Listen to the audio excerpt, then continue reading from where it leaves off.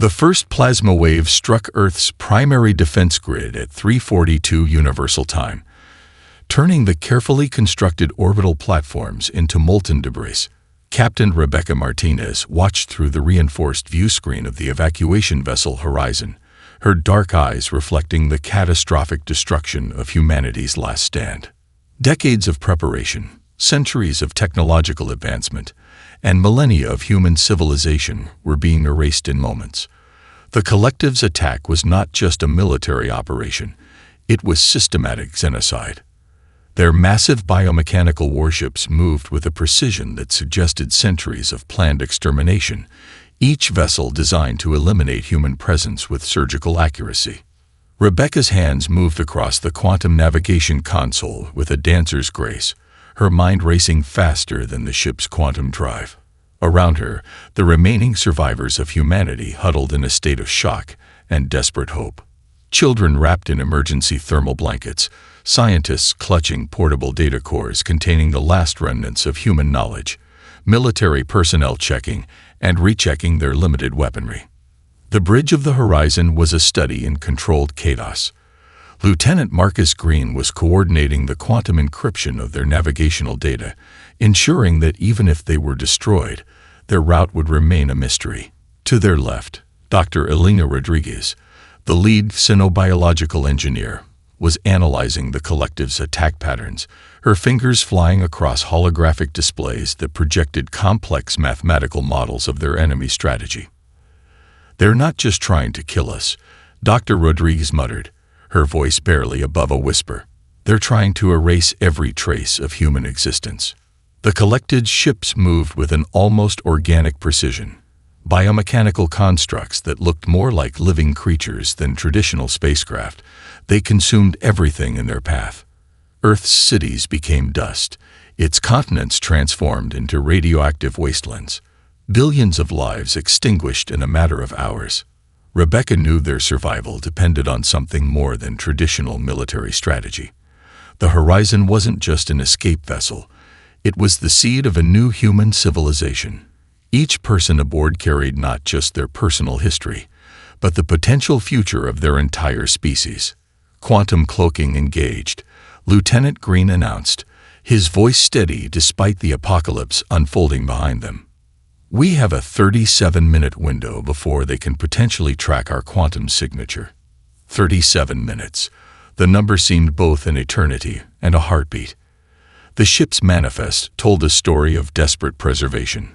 47,312 survivors. Scientists, engineers, medical professionals, children, and a carefully selected group of military personnel. Each person chosen not just for their skills, but for their potential to rebuild. Dr. Rodriguez approached Captain Martinez, a data core clutched in her hand. "We've managed to save the complete genetic archives," she said. "Terrestrial biodiversity, human genetic records, technological blueprints. If we survive, we can rebuild."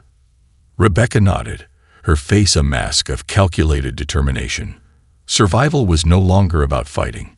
It was about persistence, about becoming something the collective could never anticipate or understand. The ship's quantum drive hummed with a soft, almost imperceptible vibration.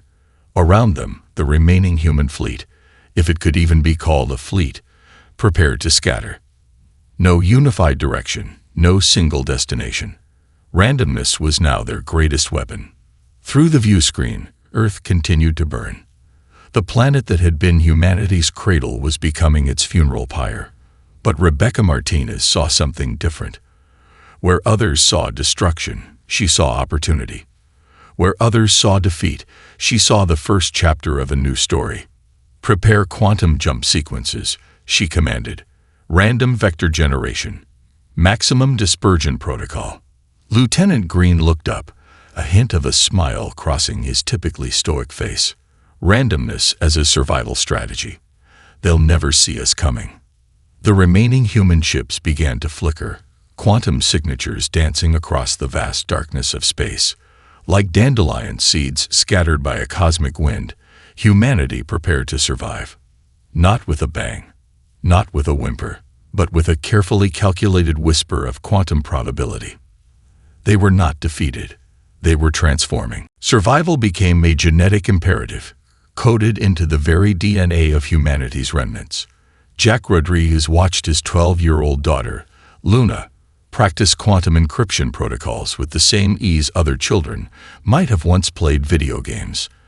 In the cramped, modified cargo hold that served as their living quarters, every surface was a potential learning environment, every moment a lesson in persistence. The human settlements were nothing like the grand cities of old Earth. They were living networks, mobile, adaptive, constantly shifting. Each group of survivors operated like a complex organism, with information flowing as freely as breath, yet protected by layers of quantum-encrypted communication that would make the collective's best intelligence agencies go mad. Luna's fingers danced across a holographic interface, her eyes reflecting lines of code that shifted and transformed faster than most adult minds could comprehend. "Dad," she called out, her voice a mixture of excitement and analytical precision. "I found a new communication vector that reduces our quantum signature by 0.03%. Jack smiled. This was survival. This was resistance. The cargo ship Nomad drifted through a particularly dense asteroid field in the Sigma Draconis sector. From the outside, it looked like nothing more than a piece of space debris, a rusted, forgotten hulk that would be ignored by most passing ships. But inside, it was a marvel of human ingenuity. Dr. Samuel Thompson, the ship's chief xenotechnology specialist, was working on something that would redefine human survival.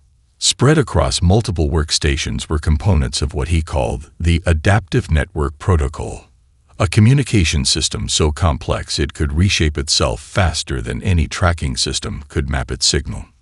"It's not about hiding," Thompson explained to a group of young technicians. "It's about becoming impossible to track. We're creating a communication network that's less a system and more a living, breathing entity." Each human settlement was a node in this vast, invisible network. They shared knowledge, genetic improvements, technological advances, all through quantum channels so secure that even the most advanced alien intelligence would see nothing more than background radiation. In another section of the ship, Medical Officer Rachel Chen was overseeing the latest round of genetic adaptations. Humanity could no longer afford the luxury of traditional human biology. Each generation was subtly modified, improved resistance to radiation, enhanced cognitive processing, microscopic technological interfaces integrated directly into human cellular structures. "We're not just surviving," Rachel told a group of young medical trainees. "We're evolving. Every challenge is an opportunity to become something more." The ship's command center was a marvel of minimalist design. Holographic displays flickered with constantly changing information, star charts, communication protocols, biological data, technological schematics. It looked less like a traditional bridge and more like a living, breathing intelligence. Jack Rodriguez moved between stations, his role part captain, part strategist, part teacher. The collective believed they had nearly exterminated humanity. They had no idea that each survivor was a weapon more dangerous than any battleship. Luna approached her father, a data pad in her hand. "We've intercepted a collective communication stream," she said, her voice calm. "They're still searching for human settlements in the wrong sectors. Our quantum drift algorithm is working perfectly." The human resistance was not about fighting. It was about persistence, about becoming something the collective could never understand or predict. Outside the ship's reinforced hull, the universe stretched, cold, vast, seemingly empty. But within this single vessel, within the network of human survivors, scattered across impossible distances, something extraordinary was happening. Humanity was learning to become a ghost, to become something that could not be killed, could not be tracked, could not be understood. Jack looked at his daughter, at the crew around him, at the vast network of human survivors they were part of. They were not refugees. They were not survivors. They were the seeds of a new kind of civilization. Persistent, adaptable, impossible. undefeatable. The collective's intelligence networks were a marvel of technological sophistication. Millions of quantum processors, distributed across thousands of star systems, worked in perfect synchronization to hunt down the last remnants of humanity. They believed their search was methodical, precise, infallible. They were wrong. Special Agent Catherine Williams moved through the collective's central administrative complex on Nexus Prime like a whisper. Her genetic modifications were so subtle, so perfectly crafted, that she could alter her cellular structure to match any of the collective's primary species. Today, she was a mid-level bureaucrat in the Xenosecurity Division. Tomorrow, she might be something entirely different. The data chip nestled against her spine contained something far more dangerous than any weapon. It was a carefully constructed virus, a piece of technological poetry that would unravel entire communication networks without firing a single shot. In the vast chamber of quantum intelligence analysts, Catherine's fingers danced across holographic interfaces. To her colleagues, she was just another anonymous worker, processing endless streams of data. They had no idea that with each keystroke, she was rewriting the very fabric of their intelligence network. Across the galaxy, hundreds of human agents were doing the same thing. They were not soldiers. They were ghosts, infiltrators, living viruses that could bring down entire systems from within. On a distant research station, Dr. Michael Chen was completing a different kind of warfare. His team had spent years developing a quantum communication virus that could propagate through the collective's fastest information networks. It didn't destroy, it transformed. Subtle alterations to data streams, microscopic changes in communication protocols, information that would slowly drive the collective's intelligence networks to complete paranoia. It's not about winning a war, Dr. Chen explained to his team. It's about making them unable to wage war against us. The human resistance had learned that direct confrontation was suicide. Their survival depended on something far more insidious, becoming a problem the collective could never solve. On the mining planet of Ta City, Jack Rodriguez's daughter Luna was coordinating a different front of this silent war. From a hidden communication hub, she was managing a network of quantum encrypted signals that looked like nothing more than background radiation to any scanning system. Each signal carried fragments of information, economic data, military deployments, technological schematics that would be reassembled light years away by other human agents.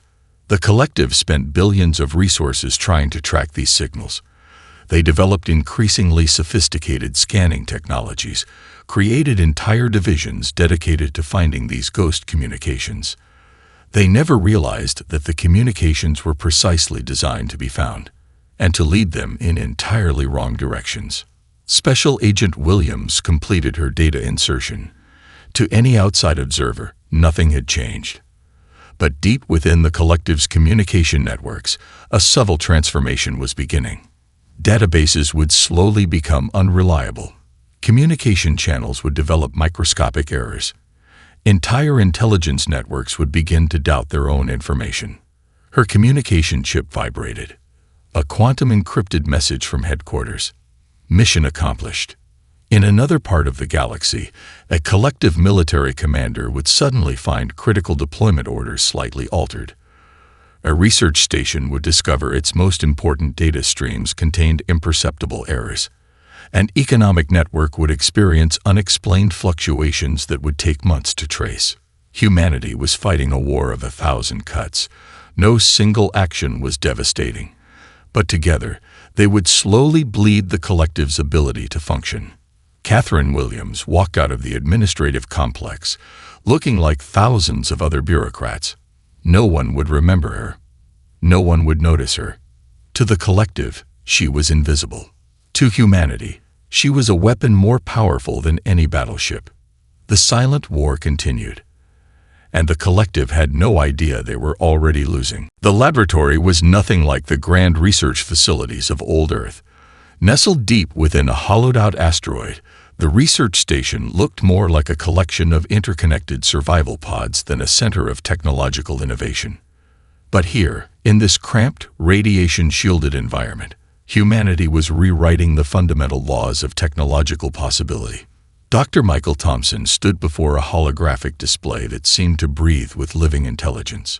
The adaptive core, humanity's most revolutionary technological creation, pulsed with a light that was neither completely digital nor entirely organic. It was something entirely new. "We're not just creating technology," Thompson explained to a group of young researchers, his weathered hands moving across the holographic interface. "We're creating a living system of adaptation." The adaptive core was more than a computer.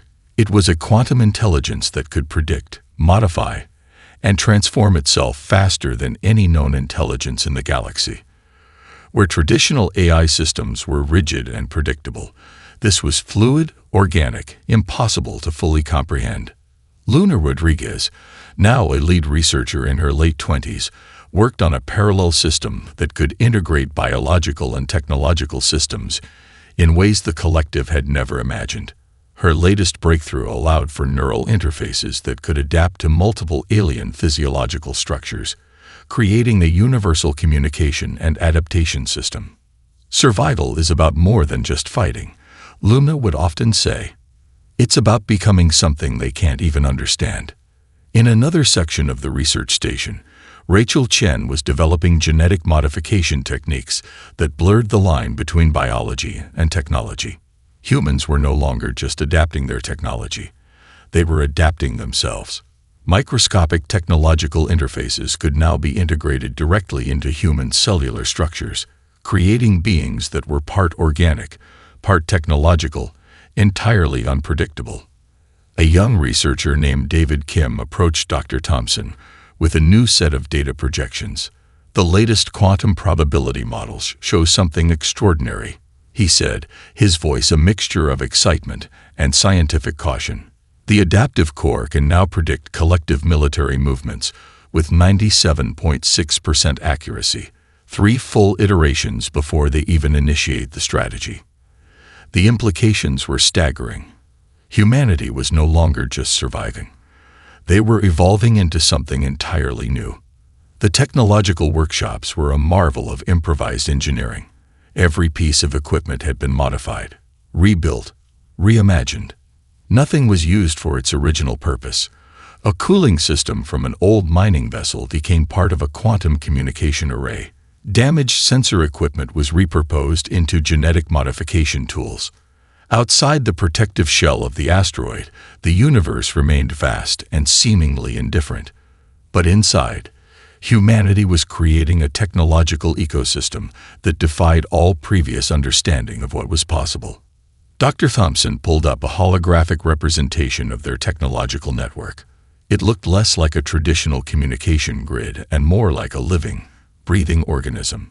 Nodes of information flowed and transformed, creating patterns that would drive any traditional intelligence analysis system to complete confusion. "We're not building weapons," Thompson explained to a group of young researchers. "We're building a system of survival that is itself a weapon." Luna's latest project pushed the boundaries even further. She was developing quantum communication protocols that could transmit information through probabilistic channels, essentially creating communication methods that existed in multiple states simultaneously. A message could be sent, but its exact content would only be determined at the moment of reception. The collective's intelligence networks would go mad trying to track such transmissions. How do you intercept a message that doesn't have a fixed state of existence? David Kim brought up the latest performance metrics of the adaptive core. "It's now capable of processing information at rates that exceed the collective's primary quantum intelligence networks by a factor of 1,000, he reported. Dr. Thompson smiled. It was not a smile of triumph, but of pure scientific appreciation. Humanity was no longer just a species. They were becoming a living, adaptive technology. As the holographic displays continued to shift and transform around him, Michael Thompson understood something profound. They were not just creating technology to survive. They were creating a new form of existence. The infiltration was never about conquest. It was about survival. Daniel Kim stood perfectly still in the central administrative hub of the collective's tertiary economic management center.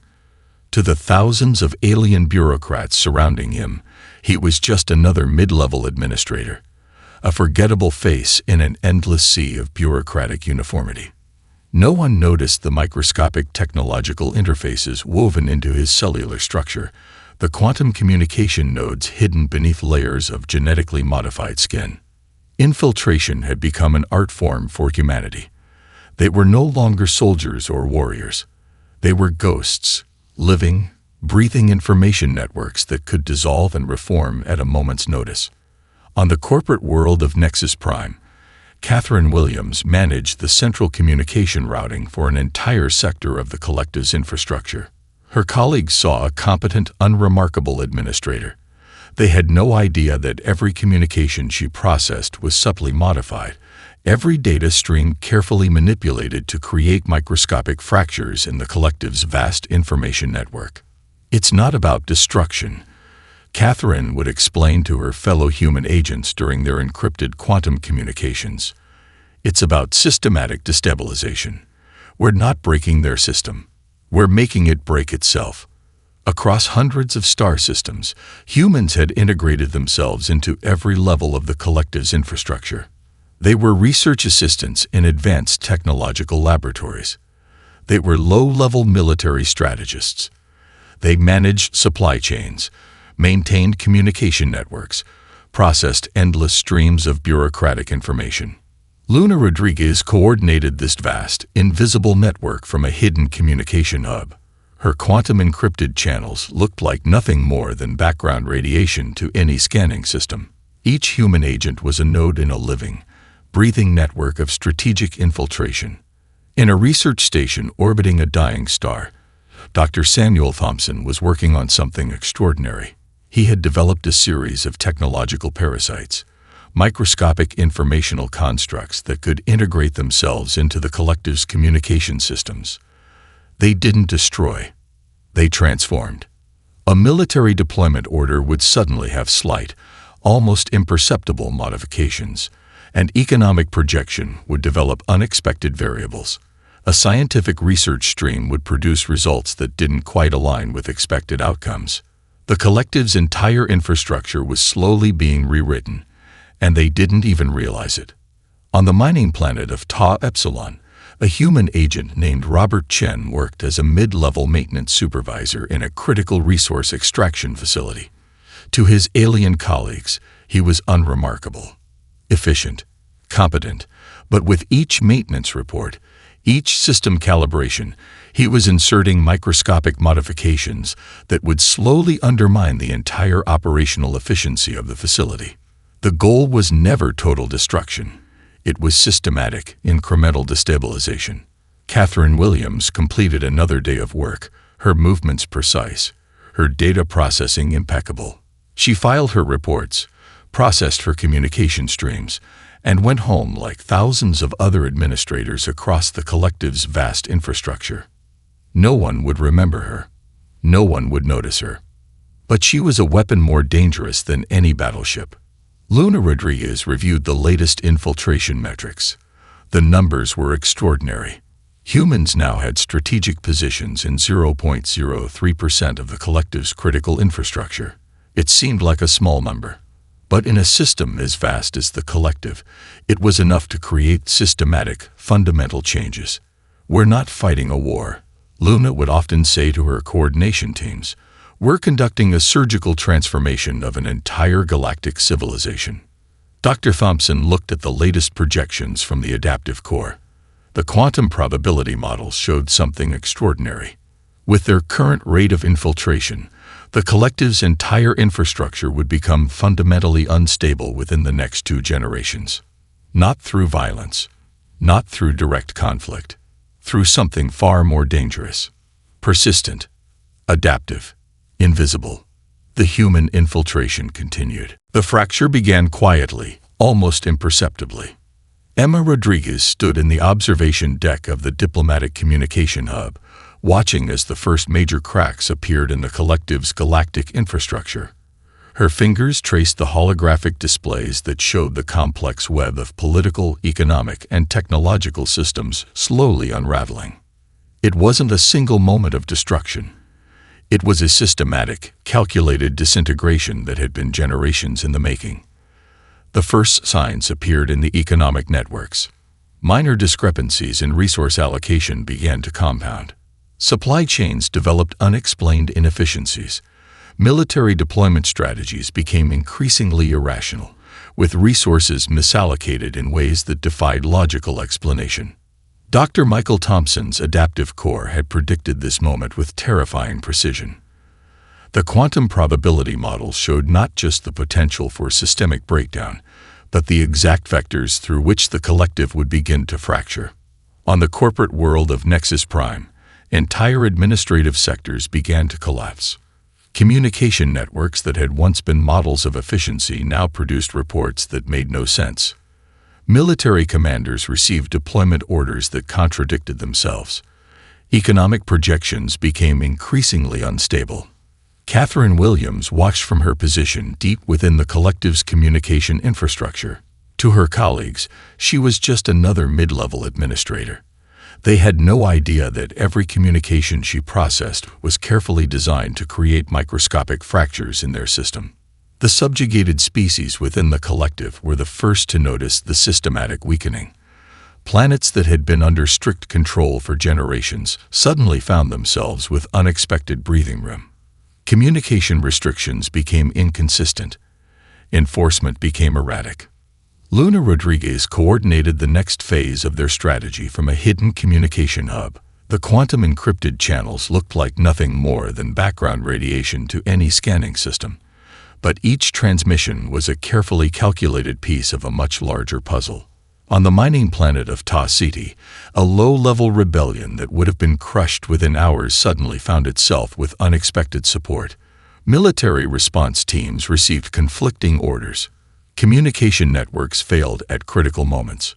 The collective's strength had always been its unity, its ability to respond with overwhelming force to any potential threat. Now that unity was becoming its greatest weakness. Dr. Samuel Thompson reviewed the latest data projections. The human infiltration had been so subtle, so perfectly executed, that the collective was destroying itself from within. No single action could be traced back to human intervention. It was death by 1,000 microscopic cuts. "We're not conquering," Thompson explained to his research team. "We're facilitating their own self-destruction." Emma Rodriguez understood the true nature of their strategy. This wasn't about revenge. It wasn't about winning a war. It was about creating the conditions for a fundamental transformation of galactic civilization. The diplomatic communication hub became a nerve center of calculated intervention.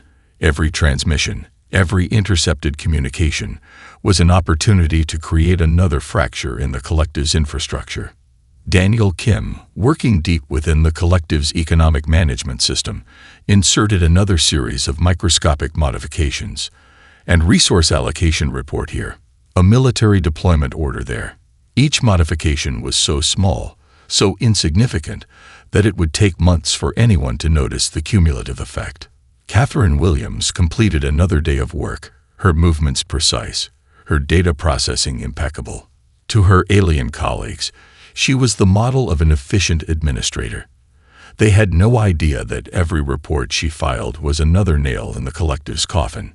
The turning point was not a moment of dramatic conflict. It was a systematic, calculated transformation that had been generations in the making. Luna Rodriguez looked at the latest quantum probability models. The adaptive core projected complete systemic breakdown within the next 2 generations, not through violence, not through direct conflict, through something far more dangerous, persistent, adaptive, inevitable. The collective was going to fall, and they would never see it coming. The moment of revelation was not a dramatic explosion. It was a whisper that became a roar. Emma Rodriguez stood before the assembled representatives of a dozen subjugated species, her presentation flickering to life on a massive holographic display. Around her, the collective's communication networks began to unravel in real time, a living demonstration of humanity's 4-millennium-long strategy. "We were never just survivors," Emma began, her voice calm and precise. "We were architects of a transformation you could not comprehend." The holographic display began to show layers of information: quantum communication networks, economic manipulations, genetic adaptations, technological innovations. Millions of years of human history compressed into a series of breathtaking revelations. The representatives watched in stunned silence as the truth unfolded.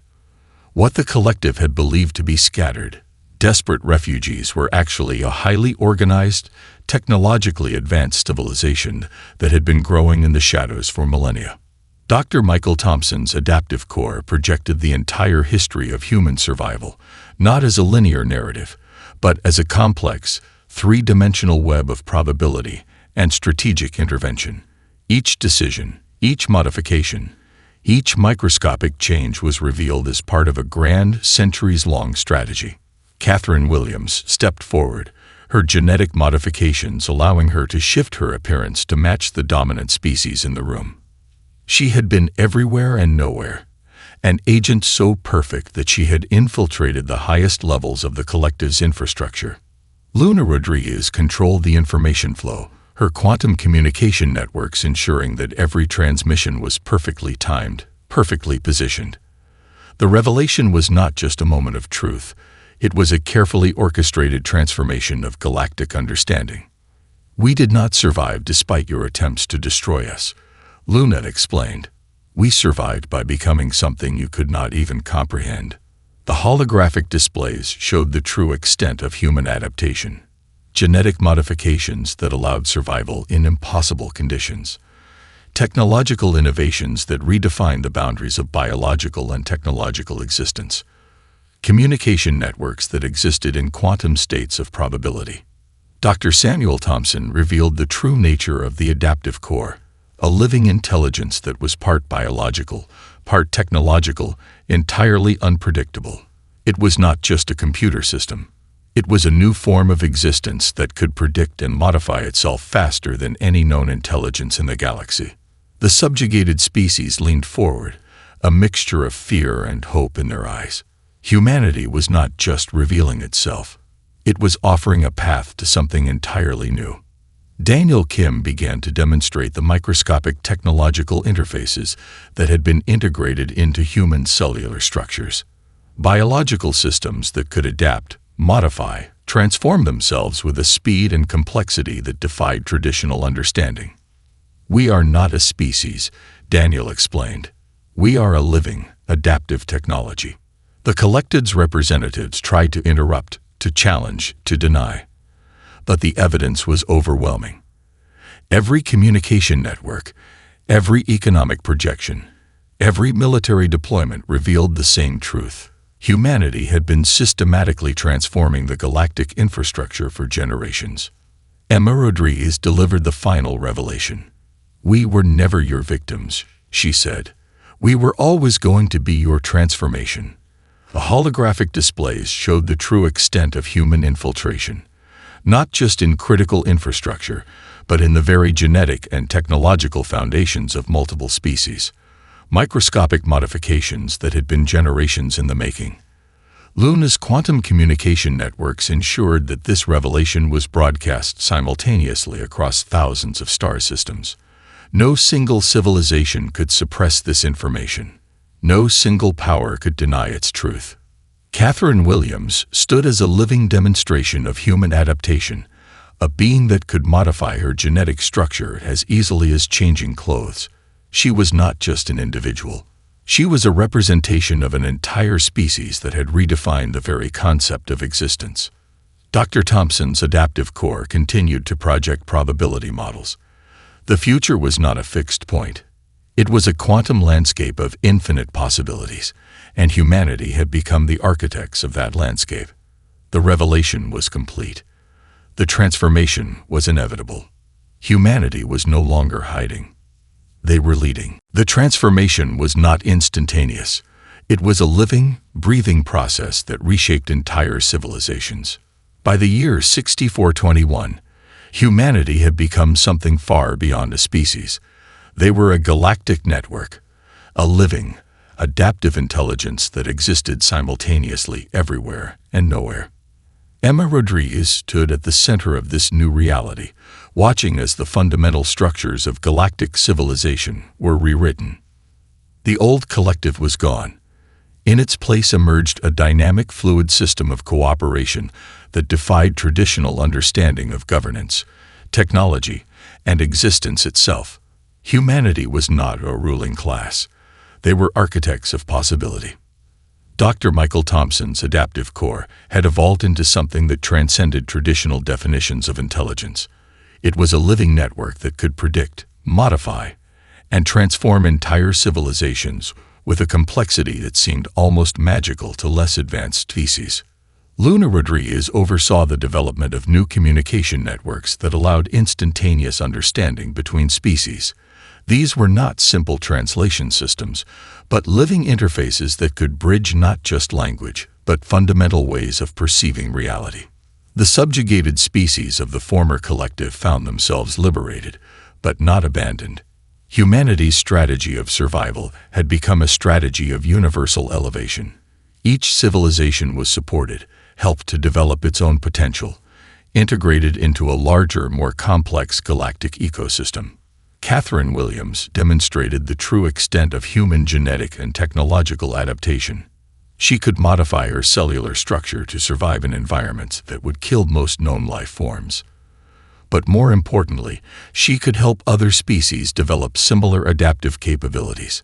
On a research station orbiting a neutron star, Daniel Kim worked with scientists from a dozen different species to develop technologies that would have been unimaginable generations ago. Biological interfaces that could connect consciousness across species. Technological systems that could adapt in real time to completely unknown environments. The fundamental human drive that had allowed them to survive. Adaptability, persistence, the ability to transform, had become the primary driving force of galactic development. Dr. Samuel Thompson presented the latest developments in adaptive technologies to a conference of galactic representatives. "We are not here to rule," he explained. "We are here to help every species become the best version of itself." The human approach was revolutionary. Instead of conquest, they offered transformation. Instead of control, they offered potential. Entire planets became living laboratories of technological and biological innovation. Species that had been confined to single planetary systems now had the tools to explore and adapt to entire universes of possibility. Luna's quantum communication networks had evolved into something that was part technology, part living organism. Information flowed like a living current, connecting civilizations in ways that defied traditional understanding of communication. Emma Rodriguez reviewed the latest galactic development reports. The numbers were extraordinary. Technological advancement had accelerated by factors that would have been considered impossible in previous eras. Poverty, environmental challenges, technological limitations, all were being systematically addressed through collaborative, adaptive strategies. Catherine Williams worked with genetic research teams to develop adaptation technologies that could help species survive in previously uninhabitable environments. A planet's ecosystem could now be transformed, made habitable through careful, intelligent modification.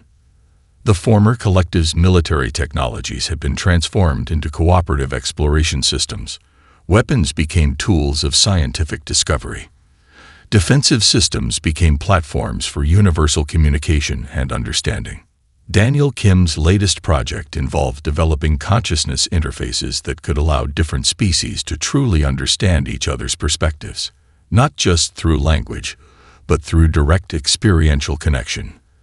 Dr. Thompson's adaptive core continued to evolve, becoming a living network that could predict and support the development of entire civilizations. It was not a controlling system, but a supportive intelligence that helped each species discover its own potential. Luna looked out at the galactic landscape, a complex, living network of possibilities. Humanity was no longer just a species that had survived. They had become architects of a new form of existence. Emma Rodriguez understood the true nature of their journey. They had not just survived the attempted extinction. They had transformed the very concept of survival itself. The story was no longer about a species that had been nearly destroyed. It was about a civilization that had redefined the possible.